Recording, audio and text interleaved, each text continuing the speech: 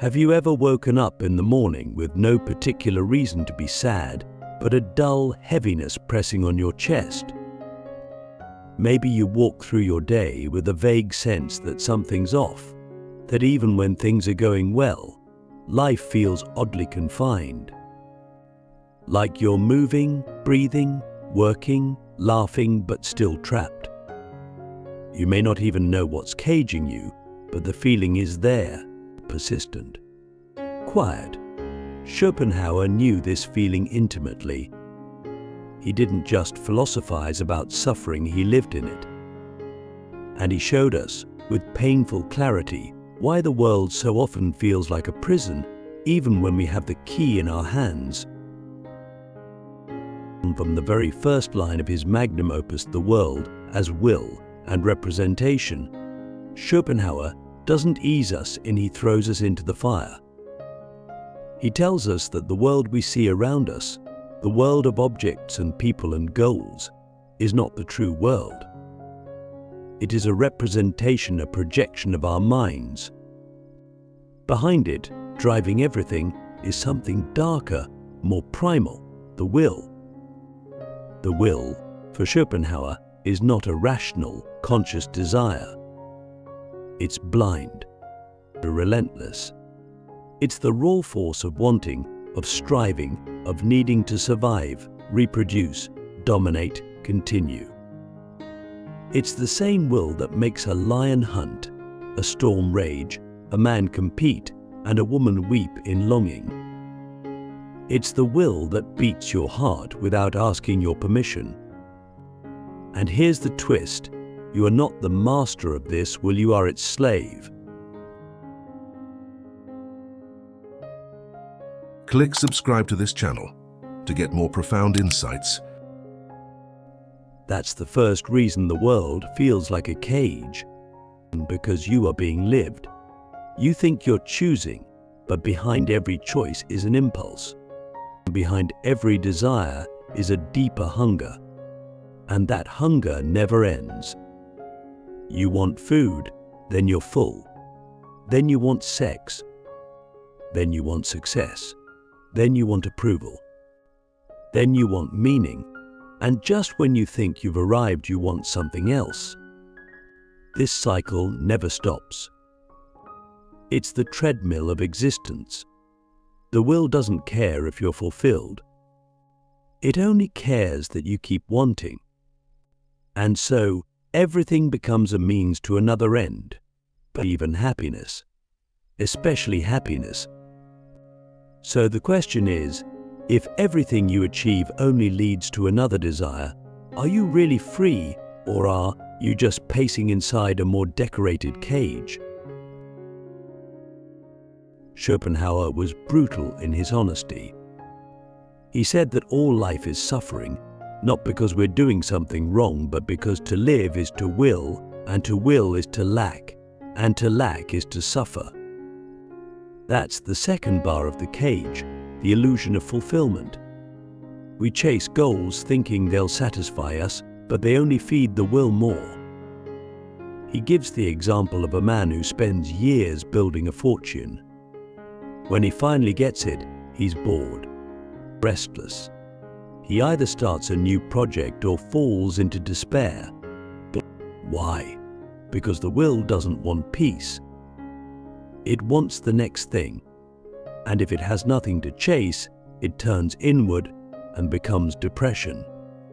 So we fill our lives with distractions, noise, social media, shopping, entertainment. But deep down, the emptiness remains, the cage remains. Now ask yourself, what do you want right now? And what do you believe will happen once you get it? Will you finally be free, or will a new desire take its place? Schopenhauer didn't say this to depress us, he said it to wake us up. Because once we see the will for what it is, we stop being its puppet. We start to notice the game. We begin to ask different questions, deeper questions. Not what do I want next, but why do I keep wanting? Not how can I win, but what happens if I stop playing? And this is where the cage begins to crack. Because if the world feels like a prison, then maybe the walls aren't on the outside. Maybe they're built from our compulsions, the ones we don't even question. Think of how much of your life is defined by chasing money, chasing love, chasing purpose, chasing self-worth, and then ask, who would I be if I weren't chasing anything? What would remain if I stopped identifying with my desires? That, according to Schopenhauer, is where freedom begins, not in achieving more, but in wanting less, in stepping back from the will, in learning to observe it without obeying it. You don't become lifeless, you become lucid. You're no longer whipped forward by invisible forces. You begin to choose. But here's the problem. Our entire society is built to keep you wanting. Every ad, every scroll, every story tells you you are not enough yet. But you could be. Just buy this. Just do this. Just become this. But Schopenhauer saw through it all. He said the world is a stage built by the will to keep itself alive. And each of us is a character, acting out a script we didn't write, until we realize we're in a play. And then maybe we can step off the stage. One of the most haunting metaphors Schopenhauer uses is the pendulum. Life swings between pain and boredom. When we lack something, we suffer. When we get it, we're bored. And back and forth we go. Pain, pain, boredom, pain, boredom. The only thing worse than not getting what you want is getting it and realizing it didn't save you. And yet we keep swinging. Why? Because we can't imagine another way to live. But what if there is another way? What if we stopped trying to escape the cage and instead understood its architecture? What if we studied its walls, its patterns, its laws? Then, even if we couldn't destroy it, we might find space within it. We might discover that freedom isn't the absence of limits, but the awareness of them. That makes you dangerous, because once you stop being blindly driven by the will, you become unpredictable. But you can choose stillness. You can resist consumption. You can say no. You can suffer without despair and succeed without arrogance. You stop needing to prove your worth to a system that profits from your insecurity. And here's where Schopenhauer becomes unexpectedly spiritual. He says there are moments when the will pauses, when we are no longer striving, but simply witnessing. It happens in art, in music, in nature, in deep contemplation. In those moments we are not hungry, we are not lacking, we are not chasing. We are simply being, and in that stillness the cage disappears. Not because it's gone, but because we've stepped outside the will's reach. These moments don't last, but they show us what's possible. They remind us that our true self is not the will, it is the awareness behind it. So, let me ask you this. When was the last time you experienced pure being without wanting, without needing, without becoming? What did it feel like? And why don't you live there more often? Schopenhauer's message is not one of despair, it's one of clarity. He doesn't tell us to stop living. He tells us to stop sleepwalking, to see the world not as a place to conquer, but as a mirror showing us our own unconscious hunger. And once we see that, we can begin to loosen the grip. We can begin to choose peace over pleasure, wisdom over wealth, depth over distraction. The cage becomes visible, and when you can see the bars, you can stop confusing them for the sky. So the next time you feel trapped, ask yourself, what desire is driving me right now? Whose voice is it? Is it mine, or have I inherited it from a world that profits when I stay unsatisfied? Because if you can trace that desire to its root, you might find it was never yours to begin with. The world feels like a cage not because it contains us, but because we contain within us the will, always pulling us forward, never letting us rest. But rest is possible. Stillness is possible. Clarity is possible. And it doesn't come from escaping the world. It comes from seeing it, truly seeing it, and choosing how to move inside it. So you felt it, that gnawing sense that something is off, that restless dissatisfaction even in the midst of comfort. You've seen the patterns repeating: desire, pursuit, momentary satisfaction, and then emptiness. Again and again, the loop. And Schopenhauer was right. The will never stops. But what if you don't have to keep dancing to its rhythm? What if there is, hidden in plain sight, a secret door inside the cage? A door that doesn't lead out of life, but deeper into it. A way not to escape existence, but to finally understand it, and in doing so, to transcend it. This is where Schopenhauer becomes more than a philosopher of suffering. He becomes a guide to liberation. Because once you realize that the will is the source of your torment, the next question becomes, can I silence it? Can I step outside of it? The answer is yes, but not through achievement or indulgence. Not through more of what the will wants. You can't beat the will by feeding it. You beat it by starving it, not through violence or denial, but through insight, awareness, wisdom. The will loses its grip not when you win the game, but when you realize the game is rigged and you stop playing by its rules.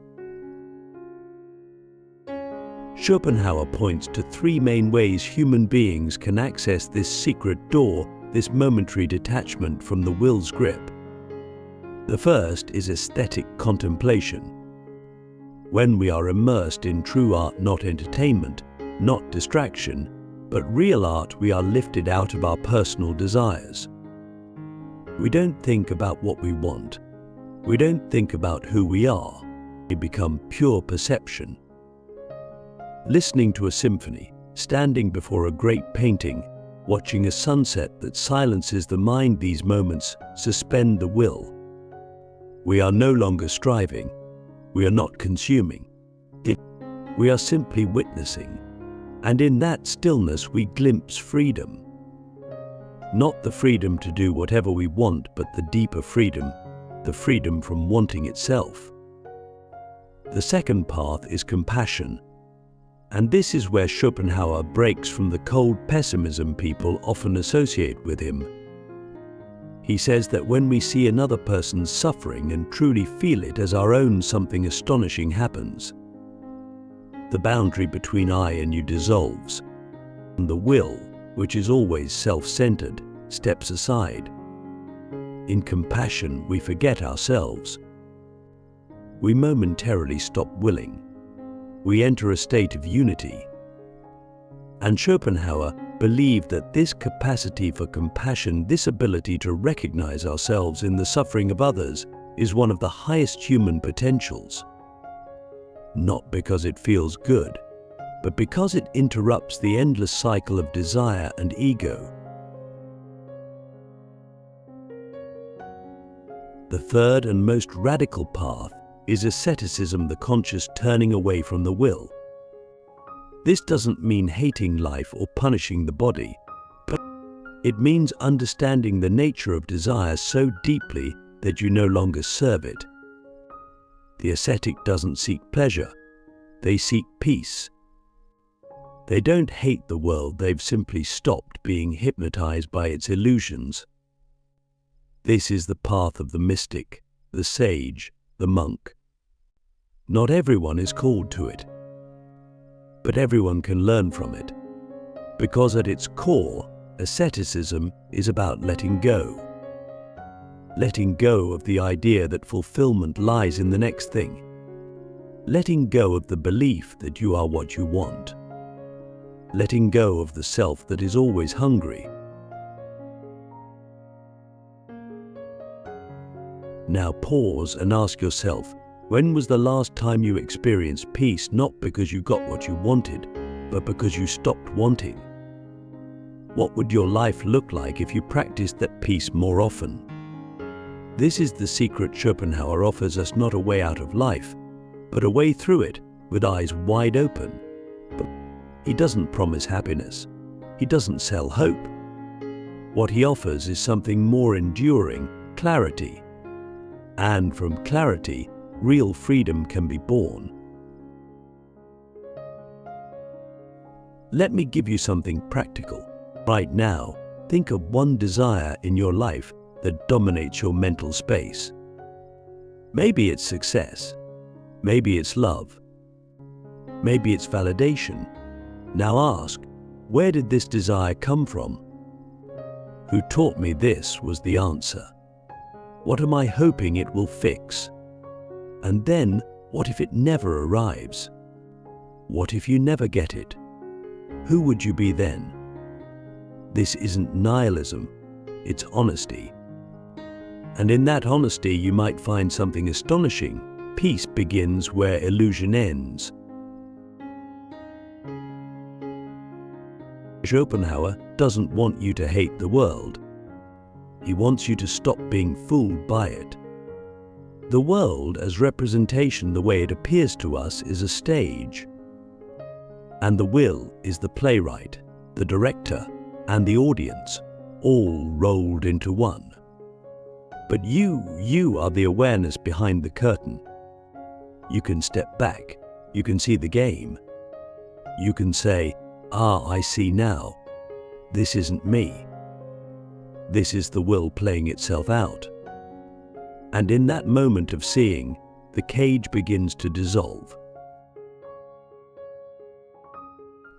Now, you might be thinking, but I still have to live.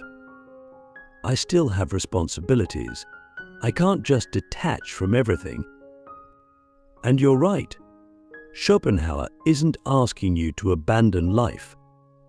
He's asking you to live it awake, to know when the will is speaking and to choose whether to listen, to cultivate moments of stillness, and to honor beauty, to feel compassion, to create distance between stimulus and response.